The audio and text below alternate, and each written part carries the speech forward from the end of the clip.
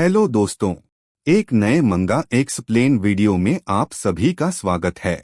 अगर आपको यह वीडियो अच्छा लगे तो चैनल को सब्सक्राइब करें और बेल नोटिफिकेशन ऑन कर लें ताकि नए वीडियो की जानकारी आपको सबसे पहले मिले।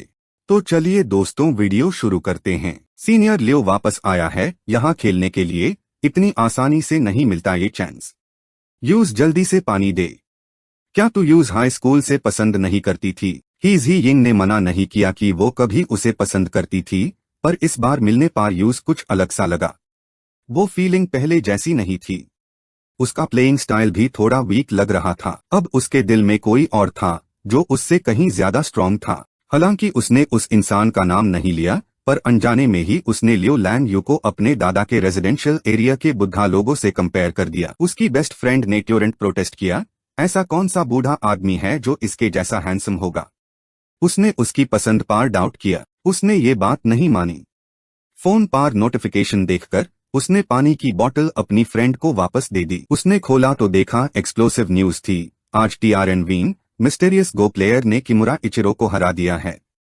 उसने देश की शान वापस लाई है और नेशनल गो सीन को रिवाइव किया है। लियो लैंग यू ने भी तभी फील्ड पर अपना डल मैच खत्म किया। वो हेयर किंग नाचता कूदता स्टाइल मारता हुआ दोनों लड़कियों के सामने शो ऑफ करने आ गया। और टैब यूज पता चला कि हेजी यिंग वहां थी ही नहीं। उसकी बेस्ट फ्रेंड एक्सायो वायु ने बगल में खड़े होकर हिचकते हुए कहा, पता नहीं। टीआरएन वीन की न्यूज टिकटॉक पर देखते ही एलसी खुद को रोक नहीं पाई और उसका हालचाल जानने के लिए यूज कॉल किया। पर कॉल करते ही उसने एलसी को ब्लॉक कर दिया।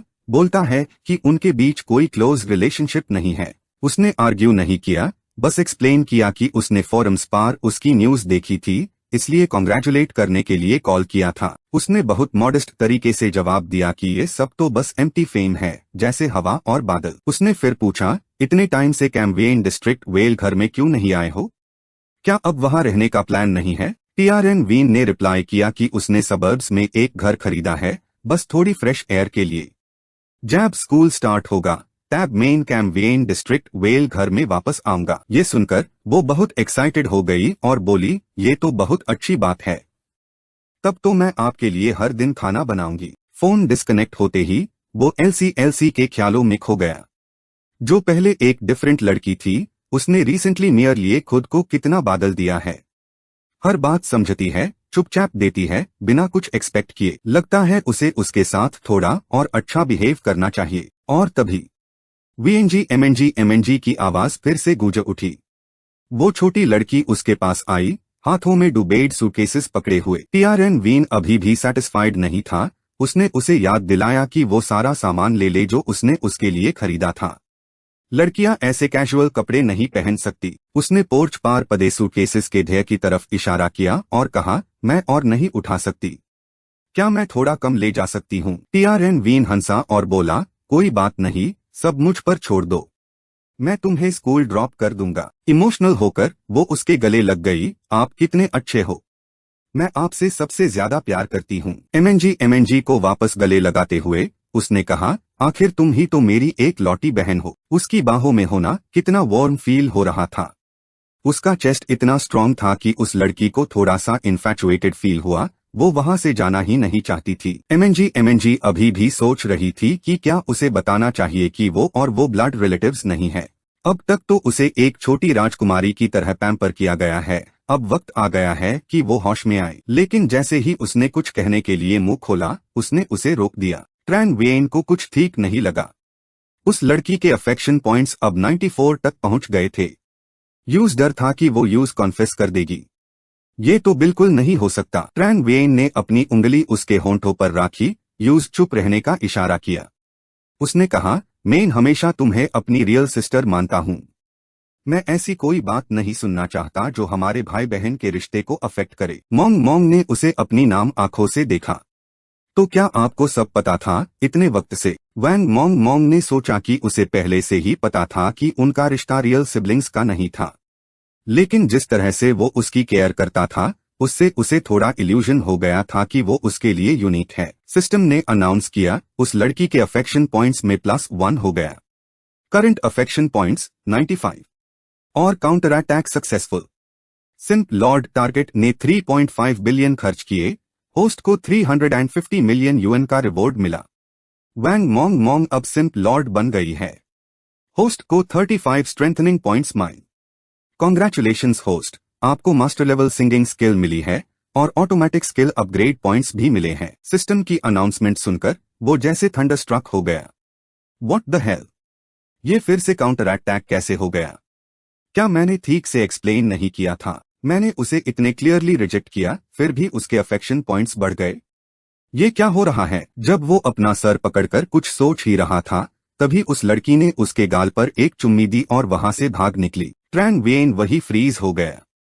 कहीं ये उसके हर किसी से फ्लर्ट करने की पनिशमेंट तो नहीं थी। ली कॉर्पोरेशन की बिल्डिंग में लीजिया म्यू ने गुस्से में अपने हाथ के सारे रिपोर्ट्स फेंक दिए और चिल्लाया, ये क्या बकवास है? येन सीईओ ने न सिर्फ यूए लैंगशुएंग को पनिश नहीं किया, बल्कि use fly sky real estate का मैनेजमेंट भी दे दिया। उसके बगल में खादी सोर्स ने एक्चुअल सिचुएशन रिपोर्ट की। सर, वो सिर्फ फ्लाई स्काई को मैनेज नहीं कर रही, बल्कि रिलायबल सोर्सेज से खबर मिली है कि फ्लाई स्काई और अर्थ कंसीलर मर्ज हो चुके हैं। उनका नया नाम है फ्लाई कंसीलर और वो खुद उसकी हेड है, जिसमें 100 बिलियन का इन्वेस्टमेंट है। मैंने आपको इसलिए देर से बताया क्योंकि आप बिजनेस ट्रिप पार द और मुझे लगा इसकी रिपोर्ट करना इतना जरूरी नहीं था। वो गुस्से में था क्योंकि उसने अपने अपोनेंट की स्ट्रेंथ को मिसजज कर दिया था। पता नहीं ट्रैन वेन के पास कितने रिसोर्सेज है कि वो 30 बिलियन ऐसे ही फेंक देता है। और उसने एक ऐसे इंसान पर ट्रस्ट किया जिसने उसे पहले बीट्रे किया था और उसको 100 बिलियन का कॉर्पोरेशन दे दिया। ये आदमी उसे बिल्कुल अनफैथोमेबल लग रहा था। गुस्से में उसने अपनी प्राइवेट सेक्रेटरी को इडियट कहा, कब से तुम्हें खुद को हर डिसीजन लेने का राइट मिल गया? अगर ये ऐसे ही चलता रहा तो हम फिल्म सिटी प्रोजेक्ट में हार जाएंगे। अपने ग्लासेस ठीक करते हुए, अपने मास्टर के गुस्से को झेलते हुए यूज अब समझ आया कि पहले वो भगने की कोशिश क्यों कर रही थी। वैंग मोंग मोंग के ग्रेजुएशन स्कोर्स इतने हाई द कि वो माडो की किसी भी प्रेस्टिजियस यूनिवर्सिटी में एडमिशन ले सकती थी। जब ट्रैन वेन यूज यूनिवर्सिटी में एनरोल करवाने आया तो उसने अपनी फेस चेंजिंग टेक्निक का उसे किया और एक अंकल के रूप में आया ताकि उसकी रियल आइडेंटिटी रिवील ना हो। उस लड़की को लगा कि वो आजकल बहुत फेमस है और उसे डर था कि इसे यूज स्कूल में प्रॉब्लम हो सकती है, इसलिए वो हम्बल रहना चाहता था। उसने सोचा कि वो कितना कंसिडरेट है। लड़कियों को घूरने के बाद यूज थोड़ा रिग्रेट हुआ कि उसके ग्रेजुएशन स्कोर्स इतने लो द कि वो यहाँ एडमिशन नहीं ले पाया। यहाँ तो इतनी ब्यूटीफुल गर्ल्स थी। तभी उस लड़की ने उसे टोक दिया और कहा, और मत देखो। ट्रैन वेन ने उल्टा डिफेंड करते हुए कहा, लड़कियों को देखना तो आदमी की इंस्टिंक्ट है। उसके बाद वो ओबीडियंटली उसके लिए पानी लेने चला गया। दूसरी फीमेल स्टूडेंट्स ने जैब यूज अस लड़की के साथ इतना जेंटल बिहेव करते देखा तो वो थोड़ी जेलस हो गई और आपस में फस्फ्यूजन लगी कि वो कितना वार्म फादर है। उनका फोकस टैब चेंज हो गया जब उन्होंने ऊपर से एक एयरप्लेन इंजन की आवाज सुनी। एयरप्लेन से उतरने वाला किन व्यूफेंग था, माडो के 4 ग्रेट यंग मास्टर्स में से एक। लक्जरी कार्स में स्कूल आते हुए तो सबने देखा था, लेकिन एयरप्लेन से आना तो बहुत ही कूल था। उसका 1.9 मीटर का फिट बॉडी और परफेक्ट हैंडसम फेस था जो देखने में बिल्कुल फ्लॉलेस लग रहा था। उसने जल्दी ही वहां की लड़कियों का दिल चुरा लिया जो वाओ सो हैंडसम कह रही थी। कई लड़कियां तो उसकी गर्लफ्रेंड बनने की ख्वाहिश कर रही थी। आखिर वो 100 बिलियन की फॉर्चून का मालिक एक ट्रू एरिस्टोक्रेटिक फैमिली का लड़का था। उसके बॉडीगार्ड्स ने आगे बढ़कर रास्ता साफ किया और चिल्लाया, अटेंशन अटेंशन, यंग मास्टर किन आ रहे हैं। जो फीमेल स्टूडेंट्स उसकी हैंडसम पर्सनालिटी को देख रही थी उन्हें बॉडीगार्ड्स ने मर्सिलेसली धक्का देकर हटा दिया, जिसे कई जमीन पर गिर गई और चारों तरफ शोर मैक गया। उसकी आंखों में वो यंग गर्ल्स सिर्फ कॉमन एंड वल्गर थी। अचानक उसकी नजर मोंग मोंग पार रुक गई। उस लड़की के बाल पिगटेल्स में बंधे थे, उसके प्योर व्हाइट शोल्डर्स द और उसने कुछ भी रिवीलिंग नहीं पहना था, फिर भी उसके बॉडी कर्व्स बहुत अट्रैक्टिव द। उसके चेहरे पर कोई मेकअप नहीं था, उसकी प्योर नेचुरल ब्यूटी थी। वो खुद को रोक नहीं पाया और उसके पास गया हाय बोलने और उसका वेचेट आईडी मांगने के लिए, लेकिन उसने यूज कोल्डली रिजेक्ट कर दिया और उसने उसे अपनी identity as one of the famous 4 young masters reveal करने का चांस भी नहीं दिया। यूज लगा कि वो बहुत इंटरेस्टिंग है। पता नहीं ये उसका रियल पर्सनालिटी थी या वो उसके साथ प्लेइंग हार्ड टू गेट कर रही थी। किन व्यूफेंग रिजेक्ट होने के बाद गुस्से में उस लड़की को मन ही मन प्रिटेंडिंग टू बी प्योर बोल रहा था। माडो जैसी जगह पर मटेरियलिज्म सब कुछ डिसाइड करता है। पैसे नहीं तो कोई रिस्पेक्ट नहीं करता। देखते हैं जैब यूज ब्रिज के पास सोना पड़ेगा, तब भी वो प्योर बनने का दिखावा कर पाएगी क्या। उसने जबरदस्ती एक चीयरफुल एक्सप्रेशन बनाया और कहा कि वो इतनी जल्दी रिजेक्ट ना करे। उसने उसे आज रात के फ्रेशमैन पार्टी में इनवाइट किया। ये हाई सोसाइटी में एंटर होने का एक चांस है। आसपास के लोग जैब ऐसी अट्रैक्टिव इनविटेशन सुनी तो उन्हें रिग्रेट हुआ कि वो खुद उसमें पार्टिसिपेट नहीं कर सकते। ये ऑर्गेनाइजेशन 20 साल से चली आ रही है, जहां सब इन्फ्लुएंशियल फिगर्स गैदर होते हैं। अगर कोई उनसे कनेक्ट कर ले तो वो एक स्टेप में सक्सेस की हाइट्स पर पहुंच सकता है। मॉन्ग को कुछ समझ नहीं आया और उसने रिफ्यूज करना कंटिन्यू किया और उसे याद दिलाया कि उससे दूर रहे, वरना अगर मेरे भाई ने तुम्हें मुझे हरास करते हुए देख लिया तो तुम्हारा अंजाम अच्छा नहीं होगा। उसकी बातों से यूज्ड आउट हुआ कि उसका भाई कितना स्ट्रांग हो सकता है। क्या वो उसके बॉडीगार्ड्स से भी स्ट्रांग है? मॉन्ग ने ट्रैन वेन को दूर से आते हुए देखा और उस लड़के से कहा, अब अपनी खैर मनाओ। उसकी उंगली की तरफ देखते हुए उसने एक रस्टिकली ड्रेस्ड अंकल को देखा जिसके चेहरे पर स्क्रफी बियर्ड थी और हाथ में पानी की बोतल थी। वो उन दोनों के पास आ रहा था। ट्रैन वेन पास आया, गुस्से से उसकी तरफ घूरा और सिर्फ एक वर्ड बोला, कम ऑन, गेट लॉस्ट। पास खड़े गॉसिपर्स ने आपस में फुसफुसना शुरू कर दिया कि जो भी इसे ऐसे बात करने की हिम्मत करता है वो सब अपनी फॉर्चून खो चुके हैं। ये आदमी तो उनकी आंखें खोल देगा। उसने अपनी अथॉरिटी दिखाने के लिए खुद को इंट्रोड्यूस करना शुरू किया और कहा, तुम बहुत बोल्ड हो। क्या तुम्हें पता है जो लास्ट टाइम मुझसे ऐसे बात किया था? उसने अभी अपनी बात पूरी भी नहीं की थी कि उस लड़के ने उसे एक जोर का थप्पड़ मारा जिसे उसके चेहरे पर हाथ का निशान छाप गया। वहां मौजूद लोग बिलीव नहीं कर पा रहे थे कि उसने उस पर हाथ उठाने की हिम्मत की। उनके कमेंट्स और भी लाइवली हो गए। थप्पड़ खाकर वो जमीन पर गिर गया। उसके होंठ से खून निकल रहा था और वो अपने बॉडीगार्ड्स पर गुराया, क्या तुम सब अंधे हो गए हो? ऊपर आओ और इसको मार डालो। वो बॉडीगार्ड्स अभी आगे बढ़े हाइदर की ट्रैन वेन को टच भी नहीं कर पाए थे। उसने उसे ऐसे धोया, ऐसे मारा कि वो हर तरीके से जमीन पर गिर के तड़पने लगा। उसकी आंखें हैरानी से फटी रह गई, ये कैसे हो सकता है? उसके बंदे सब के सब तो अंडरग्राउंड बॉक्सिंग किंग्स द कुछ तो स्पेशल फोर्सेज इंस्ट्रक्टर्स भी थे। यूज लगा जैसे ये सब एक इल्यूजन है, एक सपना। अपने सारे गोंडन को धूल चटाने के बाद ट्रैन वेन उसके पास गया, उसका कॉलर पकड़ा और वार्निंग दी, मेरी बहन की तरफ आंख उठाकर भी मत देखना, वरना इसके कॉन्सिक्वेंसेस इतने बड़े होंगे कि तू उन्हें संभाल नहीं पाएगा। टैन वो फॉर्म को जमीन पर पाठक दिया गया, ऐसा लगा जैसे उसकी सारी रिब्स टूट जाएंगी। ट्रैन वेन से निकलने वाला वो ऑरा, वो गुस्से की आग यूज लगा कि उसकी मौत करीब है। उन दोनों की पीठ देखते हुए यूजस लड़की का फिगर कुछ जाना पहचाना लगा। आखिर उसे याद आया, उसका निकनेम तो मॉन्ग टायोक्वाई है। वो बिग कैट टीवी की फेमस इंटरनेट सेंसेशन है। आसपास के लोग भी उसे पहचान गए, यही तो वो लड़की है जिसे येन टोंग ने 3 बिलियन रिवॉर्ड में दिए थे। सब सोच रहे थे कि ये बुद्धा आदमी जो उसके साथ है वो जरूर येन टोंग ने उसकी प्रोटेक्शन के लिए भेजा होगा, इसीलिए तो उसने हमारे यंग मास्टर टैन की बिल्कुल परवाह नहीं की। भाई, वो येन टोंग का बंदा है, कोई छोटा मोटा आदमी नहीं। उसको ये गुस्सा बिल्कुल हजम नहीं हो रहा था। येन टोंग है तो क्या हुआ, कोई खास चीज है क्या? मेरे इलाके में आकर मुझसे पंगा लेगा? वो फोन डायल करने ही वाला था कि तभी उसकी बहन की आवाज ने उसे चौंका दिया। Tan Wo song, tan family की एल्डेस्ट डॉटर, वो माडो यूनिवर्सिटी की गॉडेस थी।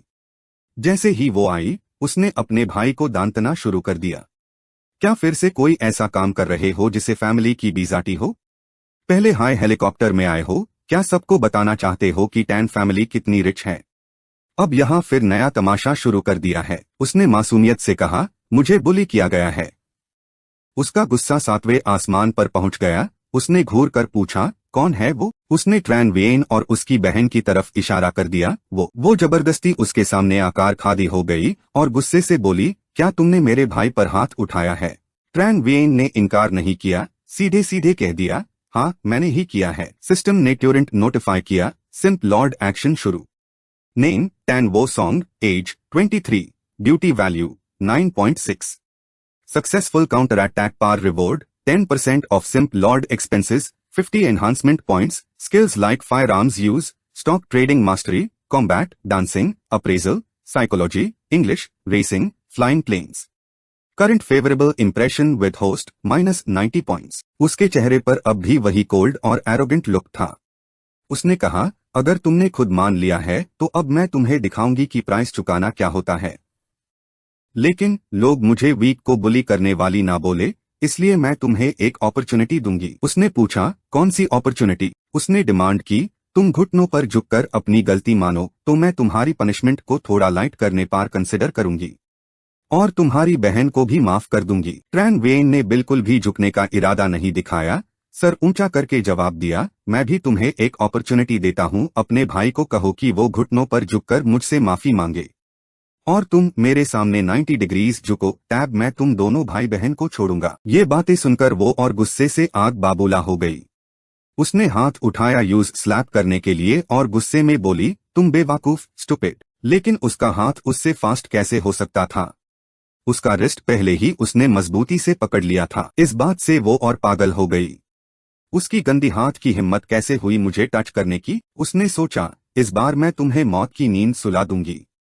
ये सोचकर उसने अपनी लेग उठाई, एक डेडली ब्लो डीन के लिए। ट्रैन वेन ने टैन वो सॉन्ग की किक को तेजी से डॉज किया।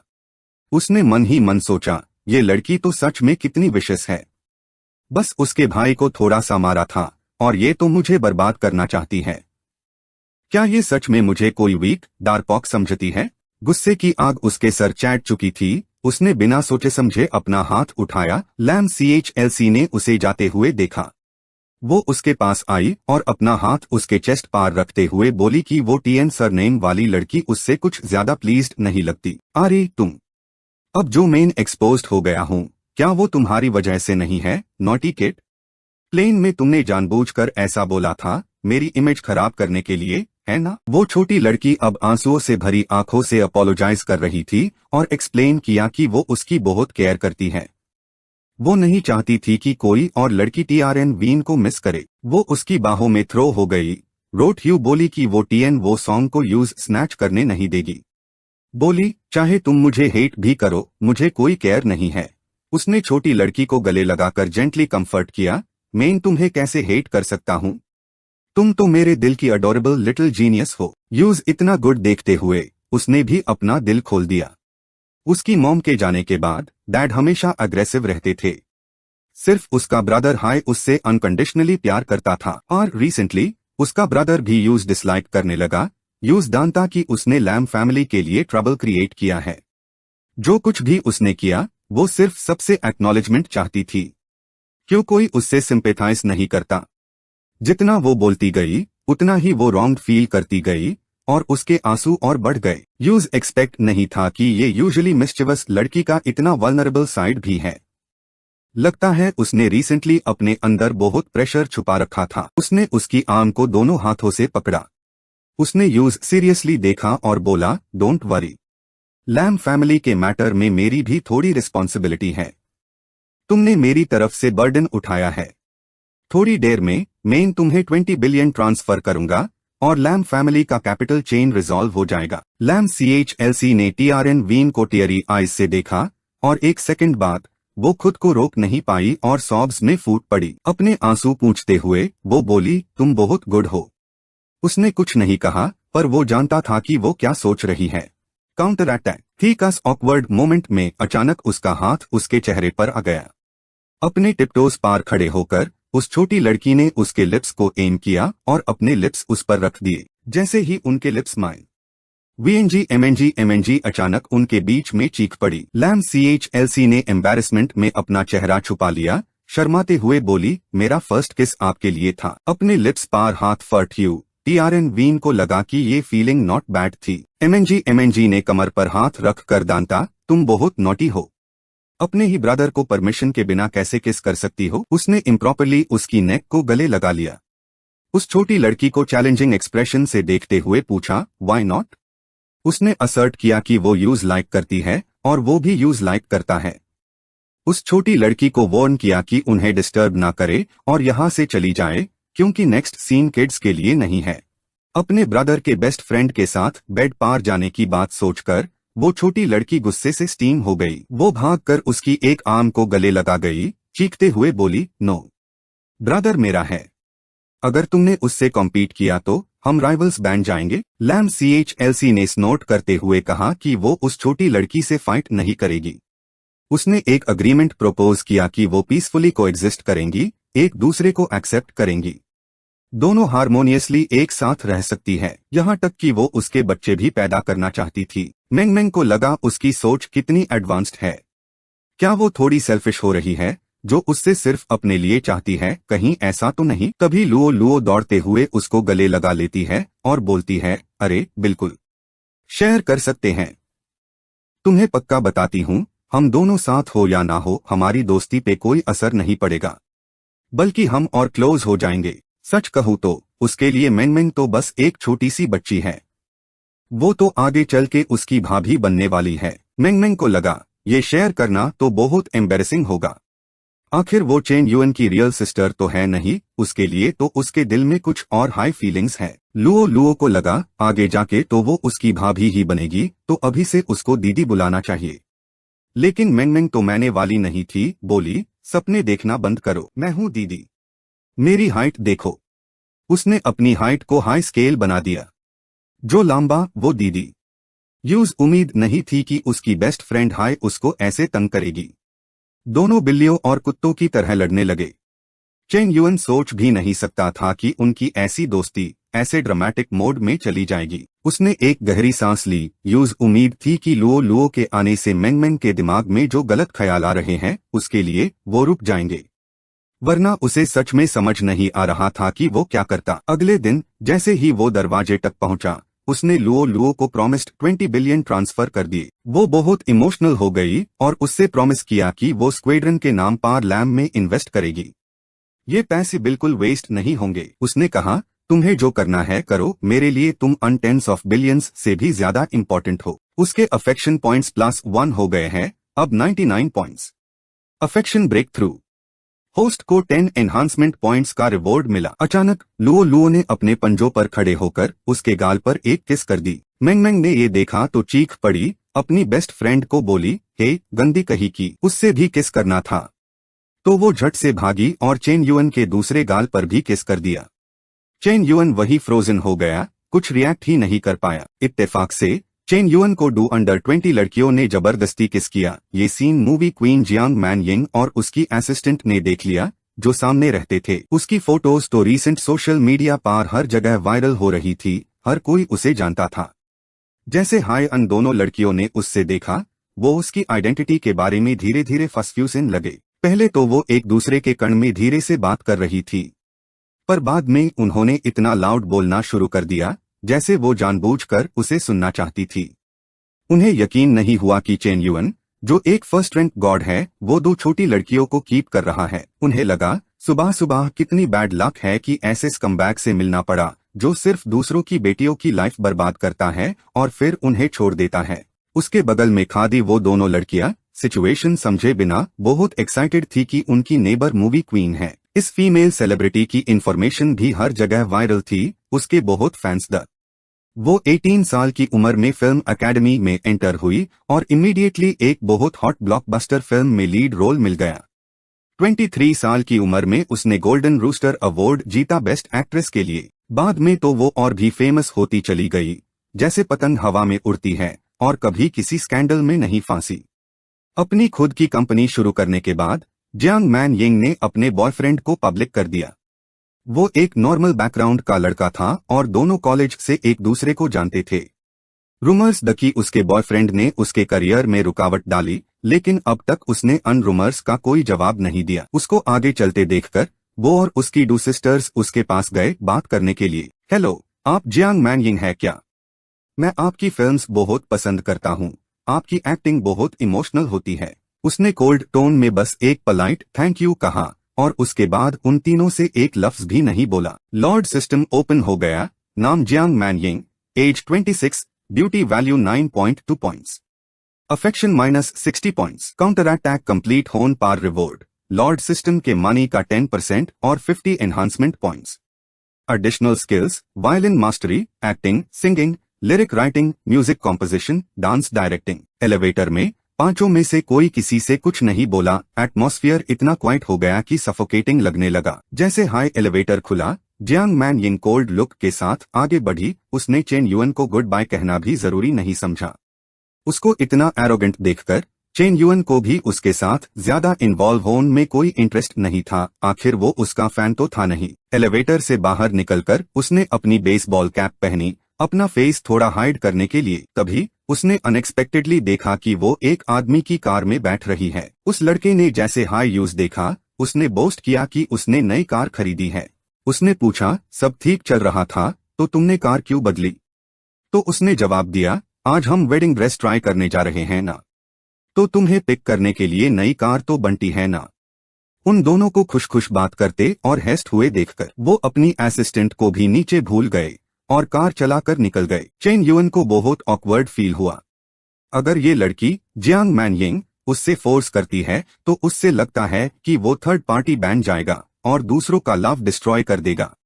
यूज डर था कि कहीं उसे बिजली ना मार दे। पैसेंजर सीट पर बैठकर नैनी झंग क्यूआई होंग को ड्राइव करते हुए देखकर चेन युअन ने कैजुअली कहा, आंटी अब से आप यही कार चलना।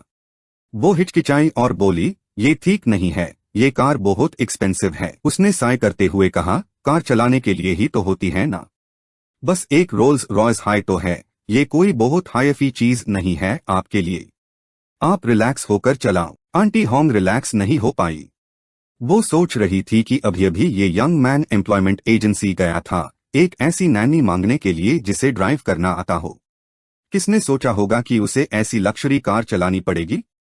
अगर ये डैमेज हो गई तो वो कैसे कॉम्पेंसेट करेगी? जैसे उसने उसके दिल की बात समझ ली हो। उसने आंटी को बोला कि वो टेंशन फ्री होकर ड्राइव करे, अगर डैमेज हो भी गया तो यूज कॉम्पेंसेट करने की जरूरत नहीं है। आपका काम है उन दोनों गर्ल्स का अच्छे से ख्याल रखना। अगर आपने अच्छा किया तो साल के एंड में मैं आपको एक्स्ट्रा बोनस दूंगा। पीछे बैठी उससे नैनी को ऐसे इंस्ट्रक्शंस देते सुनकर मेंगमेंग ने पूछा, क्या आप जल्दी ही जा रहे हो? लुओ लू इमीडिएटली अपसेट हो गई, इतनी जल्दी हमें छोड़ के जाना चाहते हो? चेन युअन ने उनकी तरफ देखा और इंस्ट्रक्ट किया, मैं अभी जा नहीं रहा हूँ, लेकिन माडो में ज्यादा देर तक रुकूंगा भी नहीं, इसीलिए मैंने एक नैनी को हायर किया है टमलॉक का ख्याल रखने के लिए। तुम्हें उसकी बात सुननी होगी। नैनी ने मन ही मन सोचा, सच में ये दोनों लड़कियां बहुत लकी है। काश मेन 20 साल छोटी होती। लेकिन उसने जल्दी से ये थॉट डिसमिस कर दिया क्योंकि इसका कोई फायदा नहीं था। उसके रीसेंट अफेयर्स सोशल मीडिया पर हर जगह एक्सप्लोड हो गए थे। कोई भी उस जैसे स्कमबैग के पास नहीं आना चाहता था। कई दिनों से इंटरनेट पर लोग उसके बारे में एक्टिवली कमेंट कर रहे थे, सोच रहे थे कि उसके अफेयर्स को कोई मैनेज क्यों नहीं कर रहा और प्रपोज कर रहे थे कि पुलिस को इन्वेस्टिगेट करना चाहिए उस लड़की को जस्टिस दिलाने के लिए। कई लोग तो और भी एक्साइटेड दी और उसके बॉयकॉट की डिमांड कर रहे थे। इस वक्त गोल्डन मॉडल बिल्डिंग में 5 लोगों के बीच एक डिस्कशन चल रही थी। एक्सायो रोयू, किन बिंगजू, झाओ यूकी, गाओ क्वानीन और कियान मेंगमेंग। गाओ क्वानीन, जो न्यूज और ऑनलाइन कमेंट्स स्क्रॉल कर रही थी, उसने कंफ्यूज होकर पूछा, क्या चेन युअन ने सच में कुछ ऐसा किया है जिससे लोग इतने गुस्से में हैं? कियान मेंगमेंग ने इमीडिएटली रिफ्यूट किया, इम्पॉसिबल।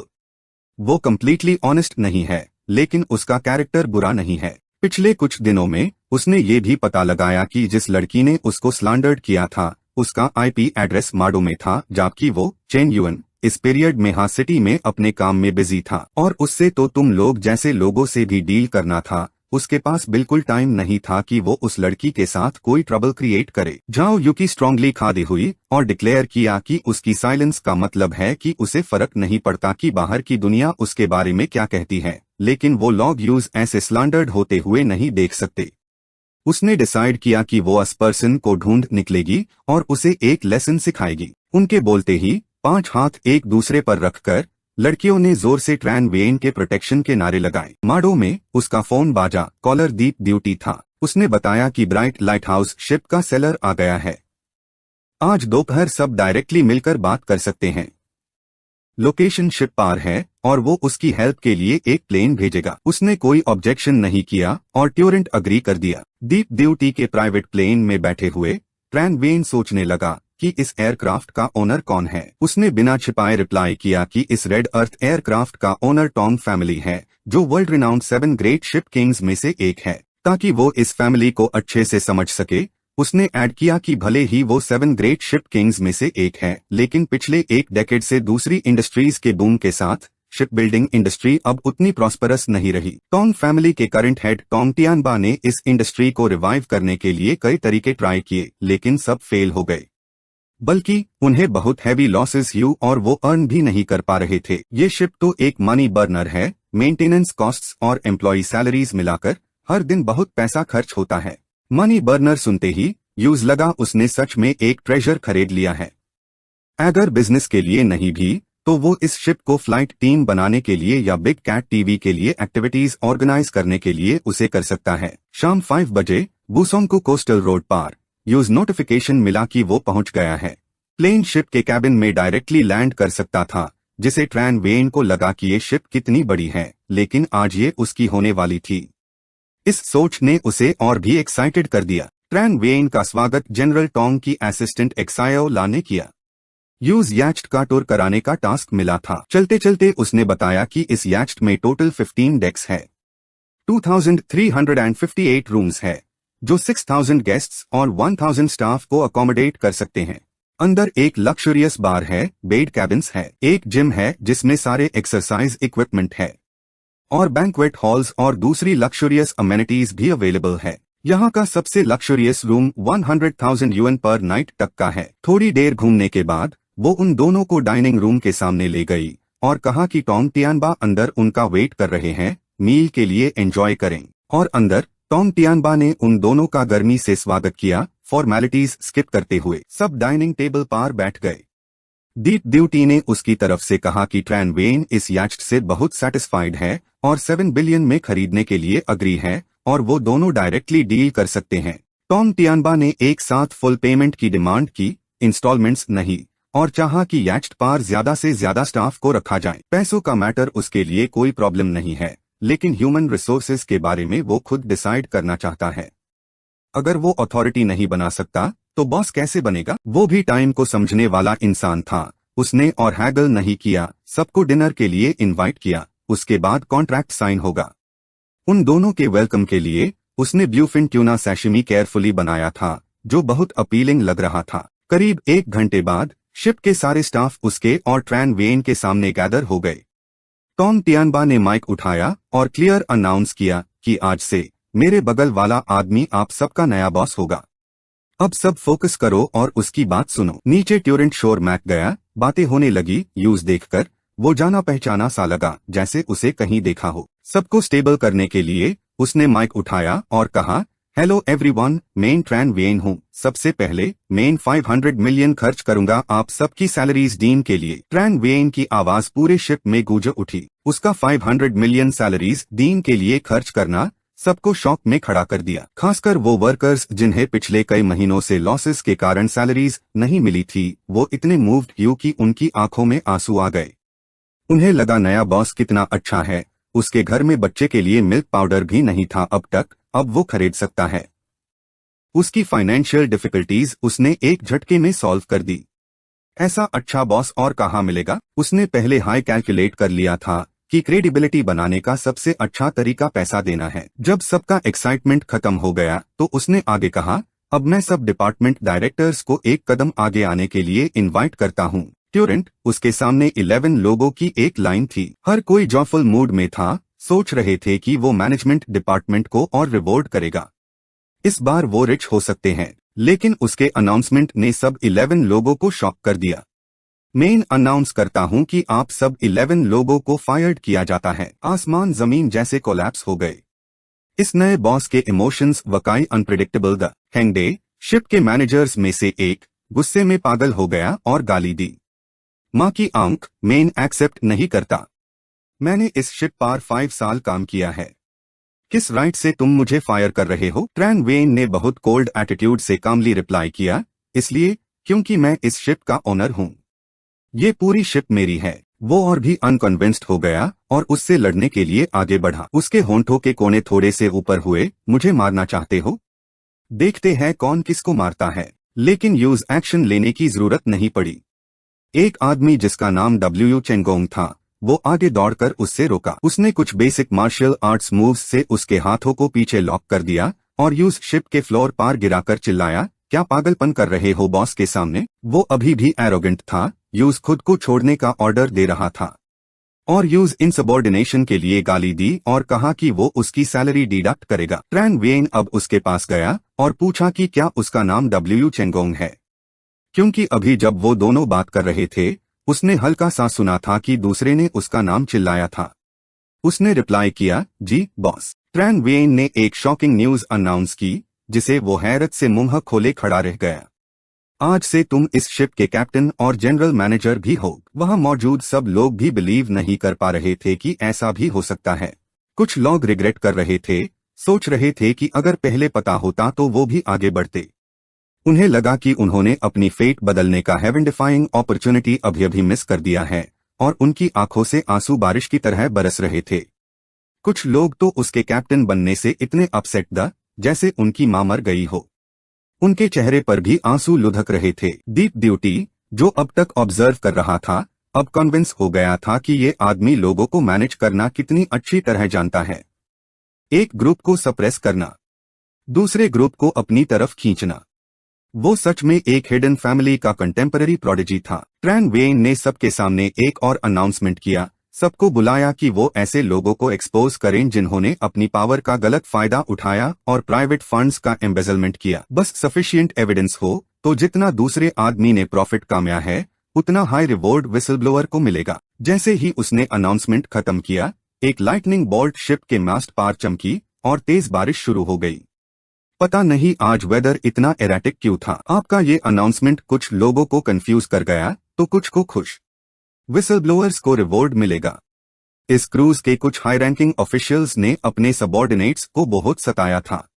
ये उन बेचारे लोगों के लिए एक मौका है जिनकी आवाज दबाई गई थी कि वो आज्ञाकार इंसाफ मांगे। ट्यूरेंट हाई पहला बंदा खड़ा हुआ और उसने सीईओ होंग डक नाम के आदमी की कंप्लेंट की जो रेगुलरली फीमेल स्टाफ को हैरास करता था और शेफ के साथ मिलकर ओवरप्राइस्ड बिलिंग करता था, अपना पॉकेट गरम करता था। ये सुनकर उन्हें बहुत अच्छा लगा और ट्यूरेंट सिक्योरिटी टीम को पुलिस बुलाने का ऑर्डर दिया। फिर उन्होंने अस विसल ब्लोअर से कहा, अगर उसकी बात सच निकली तो उसे बाद में फूड एंड बेवरेज डिपार्टमेंट के डायरेक्टर के पोजीशन के लिए नॉमिनेट किया जाएगा और 50,000 यूएन का रिवॉर्ड भी मिलेगा। वो जो बोलते थे वो करते भी थे। ऐसे में बाकी लोग भी एक साथ खड़े हो गए, एक एक करके अपने लीडर्स को एक्सपोज करने लगे। एचआर मैनेजर अपनी साली को इलेजिटिमेट अलाउंस दिला रहा था। सर्विस डिपार्टमेंट का डायरेक्टर ओपनली ब्राइब लेता था और हाउसकीपिंग डिपार्टमेंट का हेड कंपनी के एसेट्स को एम्बेजल करता था। डोंग टियानबा जैब ये सारे इल्जामत सुन रहा था तो उसके चेहरे से पसीना ऐसे बह रहा था जैसे उसने अभी नहाया हो। यूज यकीन नहीं हो रहा था कि वो इतने टाइम से अंधा था। उसके अंडर इतने लोग इतनी घिनौनी हरकतें कर रहे थे और उसे जरा भी खबर नहीं थी। अब उसे समझ आया कि वो बिजनेस में लॉसेस क्यों फेस कर रहा था और उसे लगा कि मैनेजमेंट एक ऐसी स्किल है जिसे और इम्प्रूव करने की जरूरत है। ये प्रेसिडेंट यान उसने तो उसकी आंखें ही खोल दी थी। इतने सारे एक्यूजेशंस के बाद सिर्फ 5 ऐसे लोग बचे थे जिन्हें क्लीन और ऑनेस्ट माना जा रहा था और जिनके सबके साथ अच्छे रिलेशंस द। उन्हें उसने एक प्राइवेट रूम में बात करने के लिए बुलाया। उसने कहा कि जो उसने अभी सबको फायर करने की बात कही थी वो असल में सबको एक नया पोजीशन ऑफर करना चाहता था। उसने ये भी बताया कि वो जल्द हाई क्वान वियट होटल चेन को अक्वायर करने वाला है अपनी कंपनी फेदुन रियल एस्टेट के नाम से। उसने ये बात छुपाई नहीं और साफ कहा कि उसे कुछ रिस्पॉन्सिबल लॉग ऑन की जरूरत है। अगर वो काम चेंज करने को राजी हो जाते हैं तो वो उन्हें मैनेजरियल पावर देगा और उनकी सैलरी 30% बढ़ा देगा। ऑफ कोर्स जब उन्होंने सैलरी हाइक के बारे में सुना और मैनेजरियल पोजीशन भी मिलेगा तो वो खुशी खुशी मान गए। लेकिन तभी उसने देखा कि ये यूजुओ जिसने चश्मा अपने माथे पर रखा हुआ था अपनी बड़ी बड़ी आंखों से यूज बेड अजीब तरीके से देख रहा था। वो खुद को रोक नहीं पाया और पूछा, तुम मुझे इतनी अजीब नजरों से क्यों देख रहे हो? तो उसने एक्साइटमेंट में मुट्ठी बंद करते हुए बताया कि पहले जब उसने प्राइवेट जेट खरीदा था तो उसे लगा था कि वो सिर्फ एक जेनरस आदमी है, लेकिन उसने कभी सोचा नहीं था कि उसके पास लोगों को कंट्रोल करने का इतना अनप्रिडिक्टेबल टेक्निक होगा। चेन युआन ये सुनकर थोड़ा हेल्पलेस हो गया। कंट्रोल टेक्निक क्या होता है? वो तो बस शो ऑफ करना पसंद करता है। उसकी नजरों में चेन युआन कोई आम इंसान नहीं था। वो एक dragon among main, Phoenix among women जैसा कैरेक्टर था जो ये फैमिली की एल्डेस्ट मिस को इम्प्रेस कर सकता था और तब उसके साथ टीम अप करना इम्पॉसिबल नहीं होगा। लेटेस्ट न्यूज़पेपर रिपोर्ट के मुताबिक फेदून कैपिटल ने क्वान वियट होटल चेन को अक्वायर कर लिया है और लिन कॉर्पोरेशन का क्राइसिस अब खत्म हो चुका है। कंपनी में सब हैरान थे कि फेदून मर्ज होने के बाद इतना बड़ा डील कैसे लपक गया, जैसे लिन फैमिली का क्वान वियट होटल चेन। इसका क्रेडिट यूए लिंगशुएन को जाता है, जो बहुत डिसाइसिव और स्ट्रॉन्ग तरीके से काम करती है। उसकी बात करें तो सबको उसकी टैलेंट और ब्यूटी के इनवर्स प्रोपोर्शन पर अफसोस था। लगता था जैसे फेट ने उसकी ब्यूटी पर जेलसी की नजर डाल दी थी। इतनी टैलेंटेड, इतनी खूबसूरत फिगर वाली लड़की, लेकिन उसके चेहरे पर एक 10 मिलीमीटर से भी लंबा स्कार था। ऑफ कोर्स कोई भी नहीं चाहता कि लोग उसके फ्लॉज पर डिस्कस करें, और वो भी इसमें कोई एक्सेप्शन नहीं थी। उसको बहुत नफरत थी अगर कोई उसके चेहरे के स्कार के बारे में बात करता, इसलिए कंपनी के लोग अक्सर एक दूसरे को रिमाइंड करते थे कि उसके सामने वर्ड्स केयरफुली यूज करें ताकि वो ऑफेंड ना हो जाए। यूए लिंगशुएन मीटिंग रूम में एंटर हुई। उसका सीरियस और कोल्ड फेस एक लीडर का ऑरा रिफ्लेक्ट कर रहा था। उसने एक्सायो जेन से पूछा, सब लोग आ गए हैं? हम मीटिंग शुरू करें? एक्सायो जेन ने रिप्लाई किया, यस, सब आ गए हैं। और ट्यूरेंट हाई सब लोग उसके वेलकम में खड़े हो गए। लेकिन अगले हाई सेकंड जब वो करीब आई तो सबके चेहरे पर शॉक और डिसबिलीफ था, जैसे उन्हें अपनी आंखों पर यकीन नहीं हो रहा था। उसने कंफ्यूज्ड होकर पूछा, क्या हुआ? तुम सबके एक्सप्रेशंस इतने स्ट्रेंज क्यों हैं? अभी भी शॉक में एक्सायो जेन ने रुक रुक कर कहा, और उसका हाथ उसके चेहरे की तरफ पॉइंट किया, आपका फेस। ट्यूरेंट हाई वो अपसेट हो गई और सीरियसली वार्न किया, मेरे चेहरे पर ध्यान देना बंद करो। अगर इतना फ्री टाइम है तो अपने काम पर फोकस करो। पिछले कुछ दिनों से उसने मिरर में देखने की हिम्मत नहीं की थी, असबेड अगली स्कार को देखने के डर से, और मेडिसिन भी वो सिर्फ फील करके लगाती थी। लेकिन जब एक्सायो जेन ने एक छोटा मिरर निकला और उसकी तरफ बढ़ाया, जिसका मतलब था कि वो खुद देखे, तब यूए लिंगशुएन शॉक हो गई, ये देखकर कि उसका फेस पहले जैसा रिस्टोर हो गया था। उसका लंबा स्कार अब चेहरे पर नहीं था। वो चेन युएन की बहुत थैंकफुल थी। वो इतना बिजी होने के बावजूद भी उसके लिए मेडिसिन बनाने की प्लानिंग कर रहा था। उसकी फेवरेबिलिटी पॉइंट्स उसके लिए 2 पॉइंट्स और बढ़ गई। करंट फेवरेबिलिटी अब 97 पॉइंट्स तक पहुंच गई थी। तभी उसके फोन की रिंग बाजी। कोरियर ने अनाउंस किया कि यूएस प्रेसिडेंट यान की तरफ से एक मिस्टेरियस गिफ्ट मिला है। गिफ्ट उसकी कंपनी बिल्डिंग के गेट पर डिलीवर हो चुका था। उसने कुछ कदम चलकर ग्लास विंडो से नीचे देखा और वो सोच रही थी कि ये कौन सा इतना मिस्टेरियस गिफ्ट हो सकता है। नीश शॉकिंगली उसने देखा कि वो एक हेलीकॉप्टर था। इस वक्त चेन युएन की नई याcht पर लोग इधर उधर बिजी घूम रहे थे। हर कोई अपने अपने काम में लगा हुआ था, क्योंकि अब सिर्फ 2 घंटे बचे थे ये फैमिली की एल्डेस्ट मिस यहाँ की बर्थडे पार्टी में। वो याcht के फ्रंट पर आराम से सनबेदिंग कर रहा था और कॉकटेल एंजॉय कर रहा था। उससे लग रहा था कि बॉस होना कितना अच्छा है, सबको काम करते हुए देख सकता है। सडनली यूज सिस्टम से एक नोटिफिकेशन मिला, यूए लिंगशुएन की फेवरेबिलिटी +2 फिर से लगातार 2 बार इंक्रीज। एक बार में 97 पॉइंट्स तक पहुंच गई और अगले ही पाल 99 पॉइंट्स। यूज नहीं पता था कि उसके एंड पार क्या हुआ है कि अचानक से फेवरेबिलिटी इतनी बढ़ गई है। उसका ये कंफ्यूजन अभी सॉल्व नहीं हुआ था कि तभी एक्सायो रोयू, झाओ यूकी, गाओ क्वानिन, कियान मनमान, टैंग बिंगजू, इन सब की भी फेवरेबिलिटी पॉइंट्स उसके लिए बढ़ गई। जब उसने अपना फोन उठाया तो उसने देखा कि बहुत सारी लड़कियों की मिस्ड कॉल्स थी। उसने ट्यूरेंट समझ लिया कि उन्हें हेलीकॉप्टर्स मिल गए होंगे। ये यूजुओ की वर्क एफिशिएंसी तो कमाल की है। उस शाम एक्सायो यजुन चुयुयाओ को घर छोड़ने आया तो उसे उसकी तरफ से एक फॉर्मल थैंक यू मिला। उसने कहा कि उनके फादर्स बेस्ट फ्रेंड्स हैं, तो उन्हें इतना फॉर्मल होने की जरूरत नहीं है। उसने अग्री किया, लेकिन कहा कि मैनर्स फॉलो करना जरूरी है।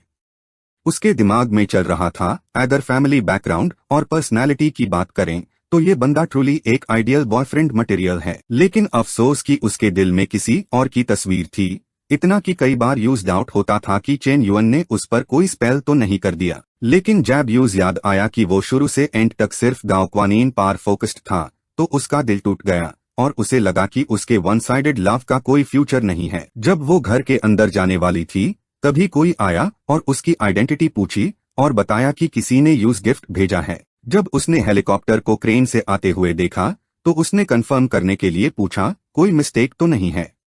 मैंने कोई हेलीकॉप्टर नहीं खरीदा। उस शख्स ने हेस्ट हुए बताया कि नहीं, कोई गलतफहमी नहीं है, ये येन सर का गिफ्ट है आपके लिए, आपको बस साइन करके रिसीव करना है। तभी एक्सायो जिकुन भी उसके पास आया और पूछा, ये प्लेन क्या अंकल सो ने तुम्हारे लिए खरीदा है?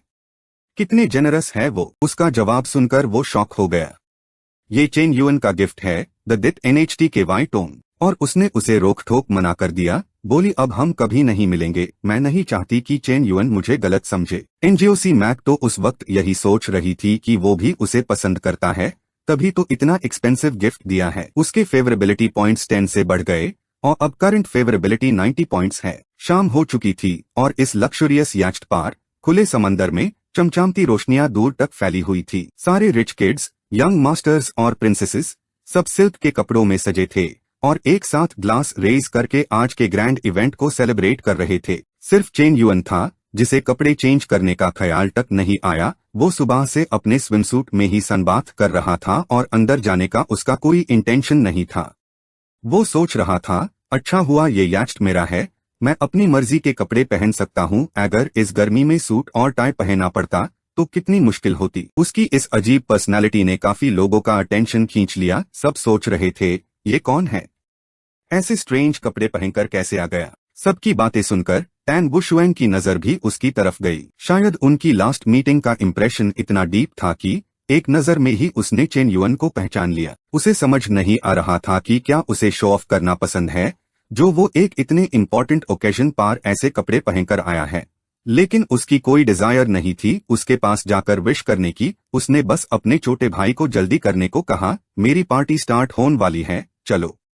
लेकिन टैन व्यूफेंग को वो शख्स बहुत फेमिलियर लगा, तो वो अपनी बहन के पीछे भगा और उसे रोकने लगा। उसकी बहन के एटीट्यूड से अलग यंग मास्टर WEI ने उसे देखा और अपनी हिचकिचती आवाज में ग्रीट करने आया। उसे एक सेंटेंस बोलने में भी आधी दिन लग जाता था, फिर भी वो उसकी तारीफ करता रहा, कहता रहा कि उसकी पर्सनालिटी कमाल है। अपने ओल्ड अक्वेंटेंस को पहचानने के बाद उसने उससे पूछा, आजकल बिजनेस कैसा चल रहा है? उसने उदास चेहरा बनाकर जवाब दिया कि माडो शिफ्ट होने के बाद बिजनेस ज्यादा अच्छा नहीं चल रहा है, इस बार वो यहाँ थोड़े कनेक्शंस बनाने आया है।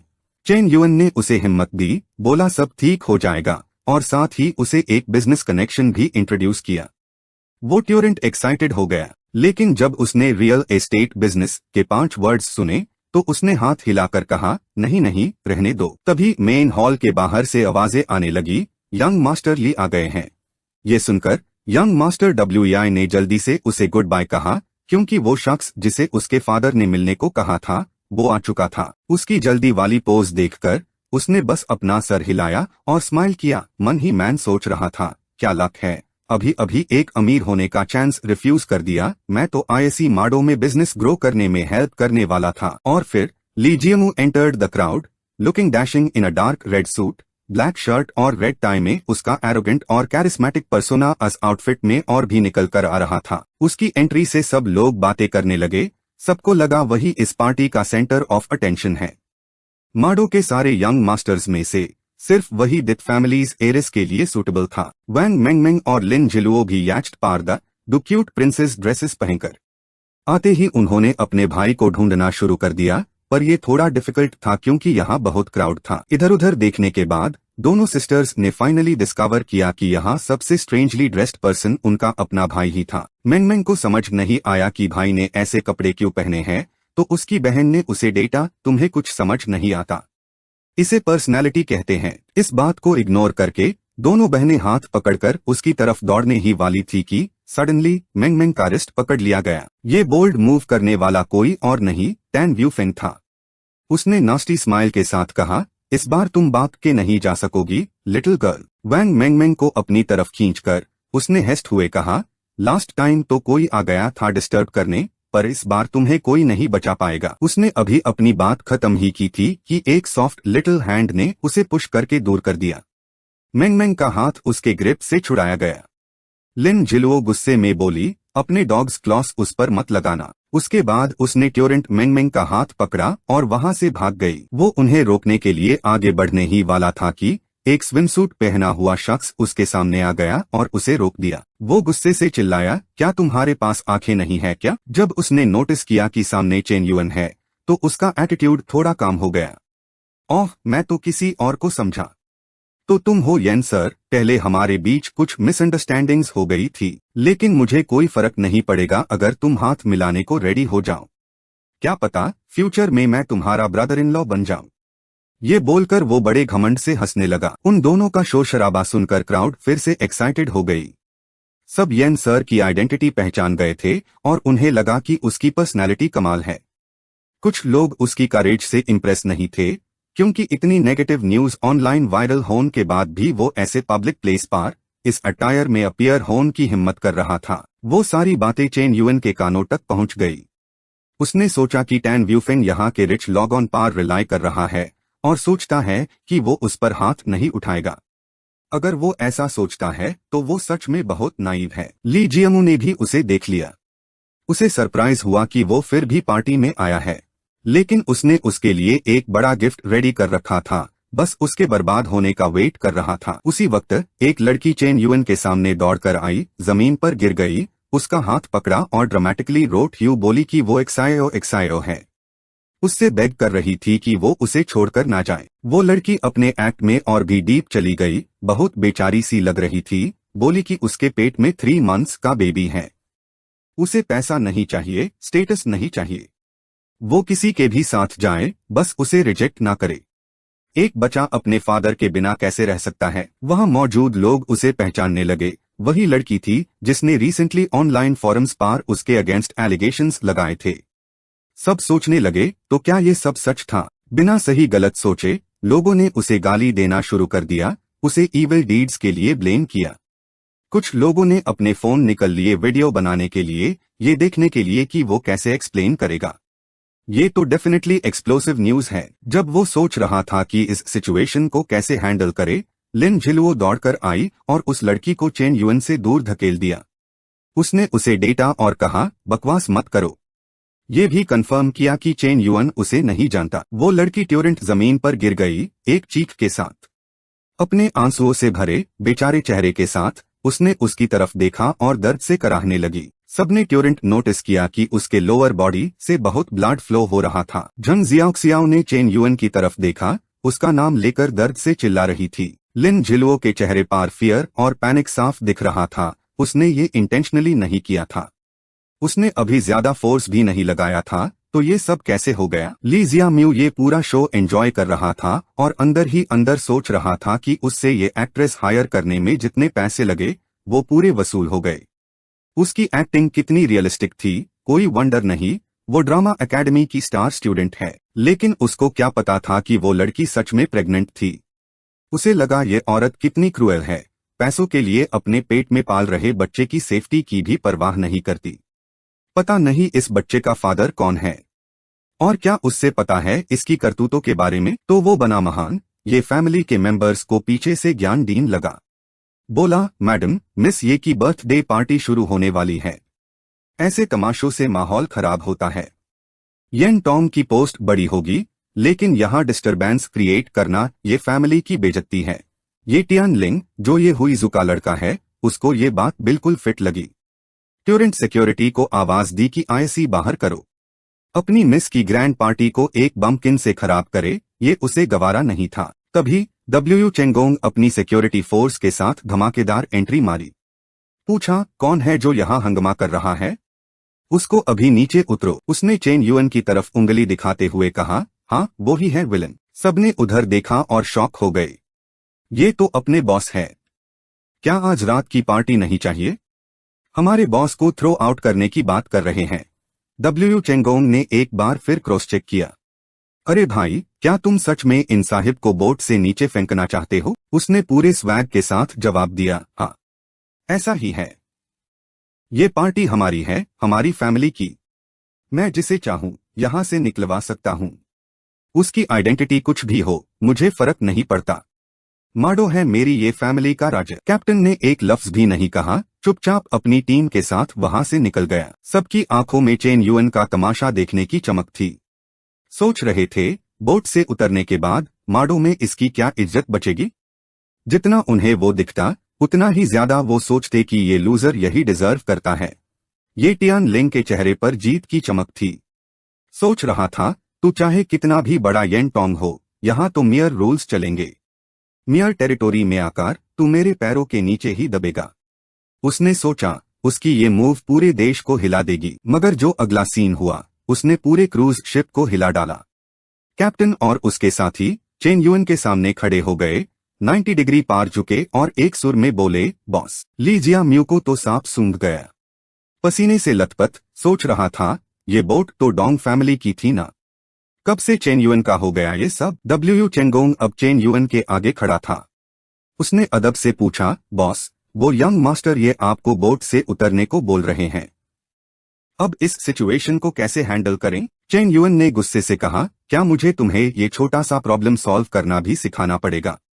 जो कोई मुझे बोट से नीचे गिरना चाहता है, जाओ और उसी को गिरा दो। और हाँ, वो यंग मास्टर ली जो उसके बगल में खड़ा है, मुझे वो बहुत पहले से इरिटेट करता है, उसको भी नीचे फेंक दो। तो दोस्तों, आज के लिए इतना ही, फिर मिलेंगे नए एपिसोड में। तब तक सब लोग ठीक रहना। Bye bye.